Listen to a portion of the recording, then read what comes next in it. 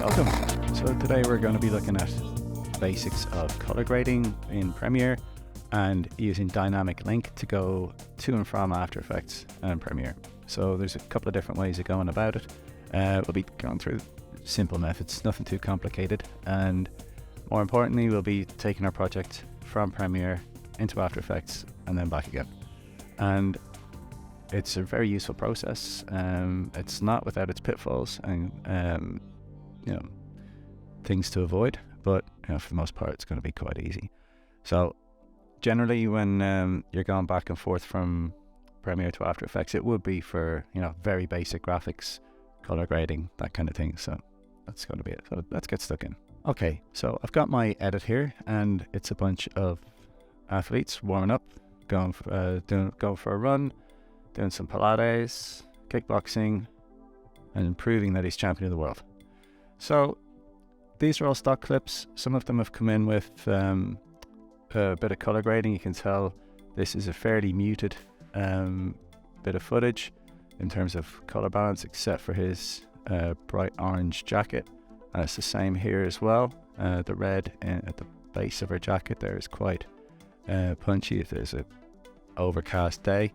And then Fitness Studio, again, it's a fairly, that's not too bad. This one here, they seem to have pushed the green quite a bit, and certainly this one, I looked at this on a previous tutorial, and I think they've put a bit of camera blur, or at least a blurry background in, and there is a fair bit of color grading on this already. Saying that, these are stock clips. You can just chuck them into your timeline and off you go, or the process that we'll use here will work on your own footage as well. So generally when you shoot your own footage, it should come in somewhat flat, and then you'll use what's called a LUT, or a lookup table, as it's basically an effect that you apply to your clips, and then it will create just give it a bit more contrast to begin with. That's called color correction. This is color grading, where we are going to create like a defined sort of look and feel. Think of the Matrix and how that the footage in the Matrix looks, or Saving Private Ryan is another famous example. That was bleach bypass type of film processing. So there's not much to it really. We've got a few different options. We can always go up to go into our effects panel, and we can look for curves, and this exists in After Effects as well, obviously. So we got it over here. We can start pushing our reds a bit like that, make it look ridiculous. Use the silly settings and see what happens when you get rid of the red, or punch it right up and punch the blue right up and the green, just how horrific it looks. And this is your reset button, so let's reset everything. And you can just yank those marker dots off, but curves kind of works that way. You got your highlights at the top here, mids in the middle, and guess where the shadows or low lights are, they're down the bottom. So you can go that, generally that can be enough. If you're familiar with using this in Photoshop, in After Effects it's going to be the exact same. So you can see straight away that it's starting to really crush the shadows and bring up the highlights quite a bit. But you've also got this cool option like show split view, which will give you an idea of what it looks like with and without. So actually the split view seems to go right down the middle there, but again you can go with the silly settings and just to see what the difference is. I tend to prefer vertically. Horizontal is the default, but you can see straight away the difference. I'm going to delete that. I'll have a look at levels. It's done the same, similar way. I do prefer the After Effects version where you get to see the histogram, but doesn't quite exist in the same way here in Premiere. But what Premiere does have in spades, as exists in After Effects as well, is Lumetri Colour, which is a bit like a grading, full-on grading effect or suite inside of Premiere and After Effects. So you got your basic correction. You can import a LUT or lookup table, There's a few presets there already based on the sort of camera that you may have filmed on, such as a Phantom or an Arri or an Alexa. You can download these for free online and apply them yourself. You can also start applying some grades. So if we go into the creative drop down, we get a whole load of them. And we've got some film looks like Fuji Eterna, Fuji 125, Kodak, monochrome Fuji. You can see just by clicking on it the effect that it makes straight away. Go up there, Fuji Reala. It's quite saturated. I can turn it off in the effects panel to see how it might have affected it. Interesting.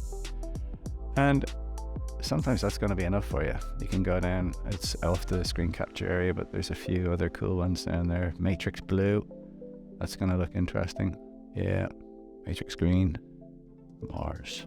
And if you're shooting a sort of post-communist noir-esque influenced spy thriller, then grades like this would certainly help you set the scene. And the color grade is all important. If you think of Crash, Steven Soderbergh film from 2000, they had 3 distinct color grades based on the 3 main locations where the 3 distinct stories were taking place. Mexico, California, I think Washington DC, and to make the distinction to the viewer that this part's taking place in Mexico, they had a grade which was loosely similar to this, and then they had a much more different grade in Washington DC, I believe it was. It's been a while since I've seen it, but either way, it helped to make that distinction. So either way, that's what we've got. I've selected Matrix Blue. So let's have a quick look at some of the settings. I can dial back the intensity a bit, or we can crank it right up, 100. I'm just going to leave it at that. And again, these are all subject to taste. Let's have a look at curves. And these are the same as After Effects and After Effects and Photoshop. So again, you can make more adjustments that way if you're into it. I'm going to undo that. What I like is the color wheels. So when we look at these, we can apply different colors to the shadows, mids and highlights. So when we click over the center, we can start to drag around. It does feel a little slow and sticky under your mouse or wacom, but you can see that it's starting to tint my shadows that bit more. So I've got the blue shadow, I think fits the scene here a bit better. It is the Matrix Blue preset, but I can drag that over.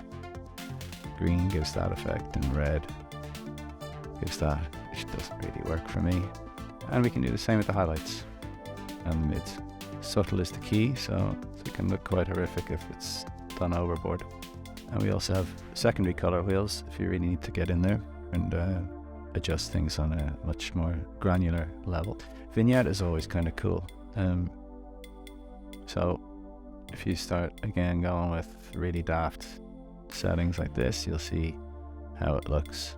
And generally I like a kind of dark one. I would tend to use the vignette effect in After Effects that bit more than in Premiere. Again, personal preference. So that's kind of what it's based off. You can see the hard edge almost looks like a film negative or an old TV screen. So that's if you change it to +3, it's kind of whited out a bit. And the midpoint is the circle that it's made out of, or the shape, I guess, the roundness. You can see what that is. So extra round, completely round, more to the point. The feather, just soften the edge. So that's that. You can go back and change this to your heart's content. It can be quite an involved process. Now the next clip, I believe, is shot on the same day with the same people in the same part of the same city. So I think they look quite similar. So let's copy and paste the Lumetri effect and see how it looks. Interesting. Looks cold. So Pilates class. Let's see what happens when we do the same. Very dark and grim. So I'll reset that. and go into creative, go down to matrix blue, very dark. Now I can adjust it there, or I can dial back the intensity a little, and I can go into the color wheels, which is generally the best bet. So I need to lift the shadows a little, not too much, not slider. And this is working the same as the curves. I can do the same in this curves adjustment if I wish, and I can also change the color of the shadows and mids and highlights that bit easier with the color wheels. Again, if we just bring that back to 100, see how crushed it is. There's not much detail in the background shadows there. The comparison match, that is a cool little feature. Or comparison view, apply match, and should help you line up your clip that bit better based on the first one where it came from. I'm not so sure about that because the skin tones seem quite different compared to hers, especially. So it's a shame it's not really going to work, but they're quite different clips. Now, if you're fully getting into color grading, then perhaps it's going to work with for you a lot more. This is just very, very simple, trying to keep it kind of as simple as we can. So I might copy and paste that to the next one. It may work, it may not. It's always worth a try. You can always undo it. That's not so bad. I like that. There's a lot in the highlights actually. They're losing detail. Bring the highlights back a bit just to get some more of the detail in this shirt there. Always turn it off, but yeah, that's okay. It's not as desaturated as the others, so I'll leave that for now. Bring the mids down a little. Same for the shadows. I'm just going to darken the overall image somewhat, make it a little bit bluer. It's going to be difficult because there's a lot of green in there. Turn it off. Wow, it's a big difference, but okay, let's see how that goes. We'll have a look at our heavyweight champ. Again, copy and paste from before. Bit dark. I'll reset that. Let's see what I can get. Some of the presets. And then tint. See what I can get with some of the presets. And then adjust the taste. I don't like either of them. Just needs a bit of love from the curves, maybe.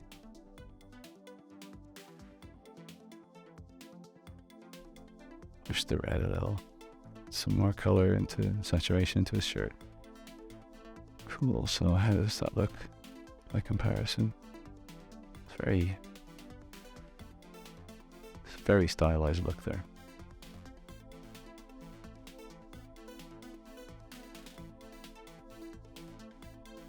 It's almost a little too dark. I'll brighten this somewhat. A little bit more contrast perhaps, just a touch.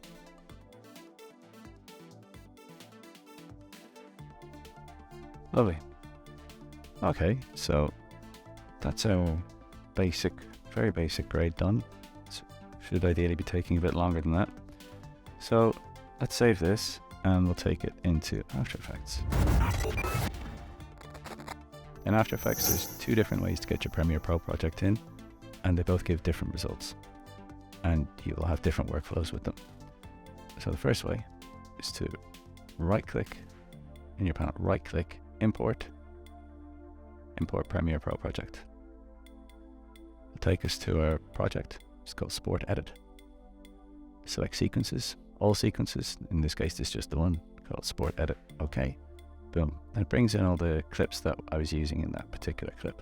I'll have a look at Sport Edit there. There we go. And there's our clips, all cut up. Interestingly, the Pilates and kickboxing classes, kickboxing shots are in pre-comps. That's because this is a 4K comp and these have been scaled up to fit inside Premiere Pro timeline, so it's put them into a pre-comp and scale them up. But there's my edit, and each of our clips has the same Lumetri effect added. And we can go and change this inside of After Effects if we want. We've got all the same effects there that we would have had in Premiere, which is great.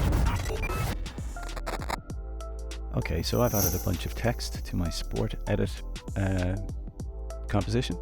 I've added some basic animation. The whole idea is that the text sort of pops in there, and I can do whatever I want. Nothing major, nothing crazy. Now the important thing to know is that this Sport Edit timeline or composition does not update over in Premiere Pro. So that's the edit that I've imported, and there it is. There's nothing been changed. I can change the order of the clips inside of Premiere and inside of After Effects, and they won't affect each other. In order for that to happen, I need to import the After Effects composition back in. We'll look at that in a moment. For now, we'll also look at importing a dynamic link composition into After Effects. Okay, so slightly different way of importing. This sort of stacked or editable edit, we imported earlier by going right-click in the project panel, import Premiere Pro project. For the dynamic link version, there's two ways. You can either go File, Dynamic Link, Import New Premiere Pro Sequence, or double-click project panel. Sport Edit is my project. I only have the one Premiere Pro sequence in that project, so I'll select it. Boom, there we go. So as you can see, brings it in as a Premiere project. Drag it down to the Create New Composition button, and now you can see there is my Premiere Pro timeline. I can't edit it or anything to the same extent that I can here. You can see that's, even though it's it's made of the same things. However, there's no real edits that I can do. I can obviously split it up manually, like so. Split it up this way, and then I can apply individual effects or animation or whatever it would be, scale things up and down, just do pointless stuff, but that's all done within After Effects. Let's undo that. Now the thing is, this Premiere Pro project is live, so I can go back to my edit here. It is different to what it was. I can change the order, and there we go. Now the edit in and out points will need to be changed. So what I would usually end up doing is something small like that, just do it again, or leave it as it is, doesn't really matter. Now that's great. If I was to just be adding things such as lower thirds, basic text effects, that's brilliant. Also, this is the kind of workflow you'd use when you're still working inside Premiere, because you need to go between the two. Now, when you're done with Premiere altogether and your final export's coming from After Effects, then you'll go this way. In order to go back to After Effects, you'll do it this way. So let's just make it easy on ourselves. Let's take this text, copy it, paste it back into a composition, and just so we can see what's going on, I'm going to rename this one Sport Edit plus Text. Okay, and it's saved. Let's go back to Premiere and import that. So here's my timeline. Oh, sorry, here's my list. So here's my list of After Effects compositions available to me. Got Dynamic Link, Sport Edit plus Text. That's the one I'm looking for. Okay, so there it is. I'll drop it down there, create a new item, or create a new sequence. And you can see that it's not rendered. I've got the red line up there, but all my text is there. My edit is actually this. So let's mess around, see what we can do. Yeah, it's starting to change it up, which is pretty wicked. I like that. There's a bit of glitching and whatnot going on. After Effects is somewhat confused, but I've changed the edit here. It's gone to After Effects, boink, and it's gone back into Premiere, so it's a nice big circle loop. There can be issues with that, just something to bear in mind. Another thing you can do as well, we can just to prove to ourselves that our text is that everything's sort of dynamic and working. Let's animate our text in. I think everything's 29.9 something frames. So let's bring that in from the bottom as well. Boom.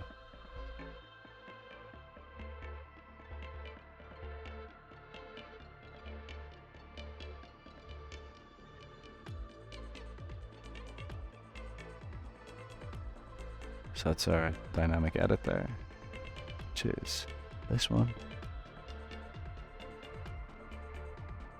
And that's gone to After Effects and back in with our animated text.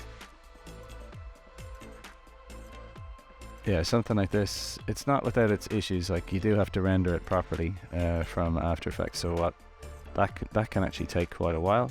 So I'll render this timeline and see how long it takes. I think I'm gonna guess about 2 minutes. It's gonna be certainly a lot longer than doing it directly. So it's taking about just over a minute to a minute and a half to render. So it's done a pretty good job of the render, and playing back properly. If I go start making changes to the Sport Edit timeline within Premiere, I'll have to re-render this again. So let's put it back to the way it should be, make all the text line up properly. So if I right click and reload footage,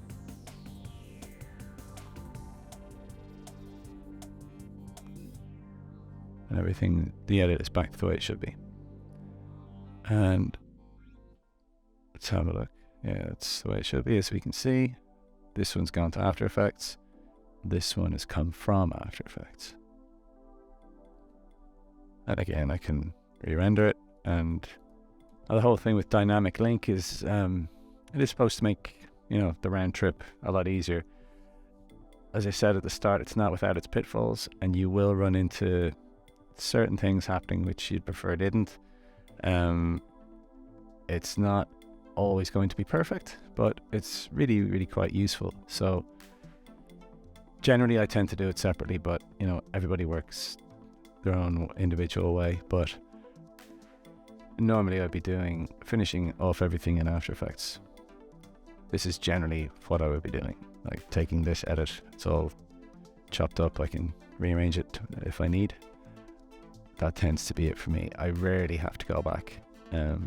If I'm doing like a long form documentary or explainer video or something like that, where it's say 10-15 minutes with lots of motion graphics inserts, I'll export them individually and then bring them in the individual motion graphics, export into Premiere and throw it into the edit and then export from there.